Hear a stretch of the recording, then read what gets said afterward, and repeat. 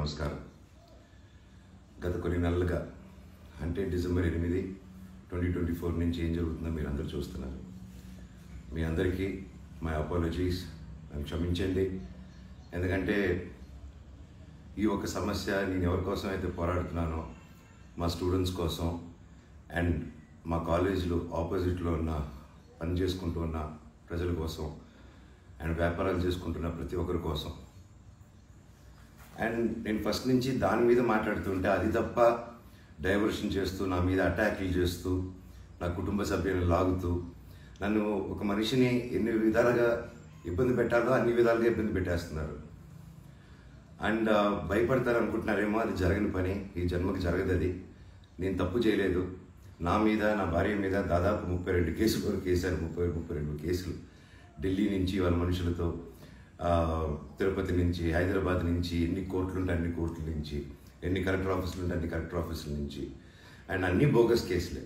And అన్నింటికి నాది ఒకటే రిప్లై, ఎందుకంటే నిజానికి ఒకే వర్షన్ ఉంటుంది, అబద్ధానికి అన్ని వర్షన్స్ ఉంటాయి. క్లుప్తంగా ఈ మధ్య జరిగింది.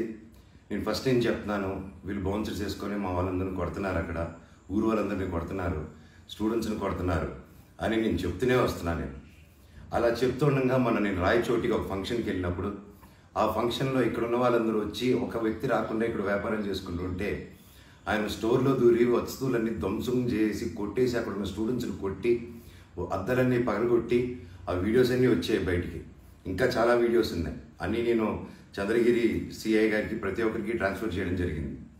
ఓనర్ ఇంకా కనిపించలేదు, ఆయన ఏమయ్యాడు, ఎవరు దీంట్లో ఉన్నారో తెలియదు. కాకపోతే వచ్చి కంప్లైంట్ అది చూసిన వాళ్ళు వచ్చి కంప్లైంట్ ఇస్తున్నా కంప్లైంట్ తీసుకోలేని పరిస్థితి.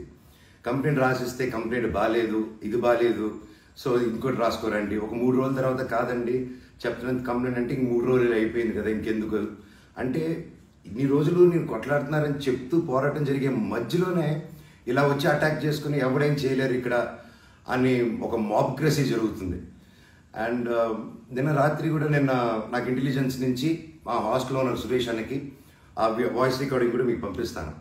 ఫోన్ చేసి నేను ఆనరబుల్ సీఎం గారి దగ్గర బందోబస్తులో ఉన్నాను, మనోజ్ గారు అక్కడికి వచ్చారా, ఎందుకు వచ్చారు, మీ హాస్టల్ దగ్గరికి వచ్చారా, ఎఫ్ఐ రెస్టారెంట్ దగ్గరికి వచ్చారా, ఏదైనా ప్రోగ్రామ్ చేశారా.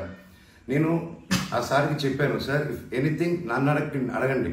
నేను ఆ సార్తో ముందు కూడా మాట్లాడాను, మీరు వాళ్ళని ఇబ్బంది పెట్టకండి, ఎనీథింగ్ ఎనీ టైం నాకు ఫోన్ చేయండి అన్నాను. పైగా నిన్న మధ్యాహ్నం 3-4 అలా జరిగింది ఆ ఫోన్ రావడం, నేను ఆ సార్తో మాట్లాడటం. మళ్ళీ నిన్న రాత్రి నేను ఇక్కడ తెలిసిన వాళ్ళ రిసార్ట్లో ఉంటే, ఇప్పుడు దాదాపు ఒక 15-20 ఇళ్ళు ఉంటాయి ఇక్కడ. వాటి మధ్యలో అన్ని దాటుకుంటూ సైరన్ వేసుకుంటూ 10:30కి వచ్చి నేను నా నెక్స్ట్ ఫిల్మ్ డైరెక్టరు నా సిబ్బంది అందరూ కూర్చొని మేము అప్పుడే డిన్నర్ కూర్చొని తిందామని కూర్చున్నప్పుడు సరా వచ్చారు. సరే ఏంటని అందరూ కంగారు పడి వెళ్ళారు. ఏంటి సార్ అంటే, మీరంతా ఇక్కడ ఏం చేస్తున్నారు, నేను సీఎం గారి దగ్గర నుంచి వస్తున్నాను, ఆనరబుల్ సీఎం గారి దగ్గర నుంచి వస్తున్నాను, నీ పేరేంటి, ఏ ఊరు, అసలు ఇక్కడ ఎందుకు ఉంటున్నారు మీరు అని రాత్రి 10:30కి ఒక ఎస్ఐ గారు, కానిస్టేబుల్ గారు. అండ్ నేను వెంటనే దిగాను కిందకి.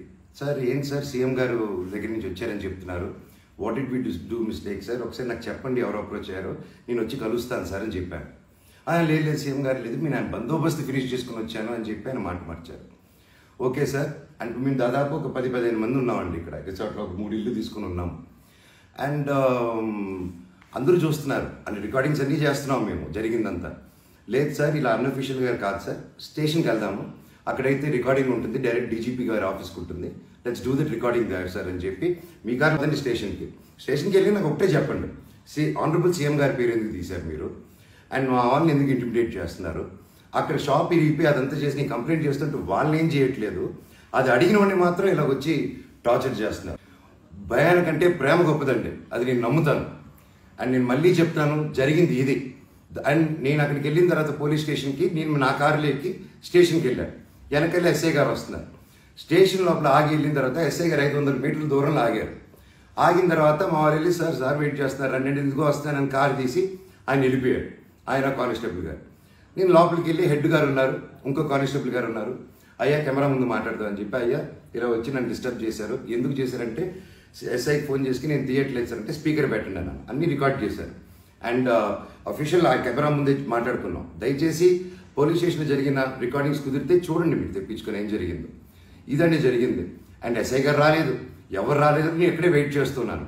ఈలోగా సిఐ గారు ఫోన్ చేస్తే నాకు మెసేజ్ పెట్టండి సార్, మా వాళ్ళకి నేను ఇక్కడ నన్నే ఇంత ఇంటిమిడేట్ చేసి నన్నే ఇలా తొక్కాలని చూస్తూ ఉంటే ఇంకా మిగతా వాళ్ళందరినీ ఏం చేస్తారు సార్ మీరు, నేను ఊరి దాటాక వాళ్ళు ఏం చేస్తారు సార్, వాళ్ళకి ఏం ప్రొటెక్షన్ ఉంది అని చెప్పి అనడం జరిగింది.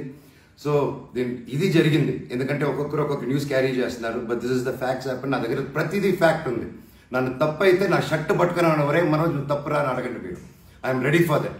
బట్ దీంట్లో ఈ జరిగిన దీంట్లో ఏది నాది ఒక తప్పు లేదు. అండ్ ఈరోజు కూడా I'm going to meet SP గారు ఈరోజు 5 గంటలకి.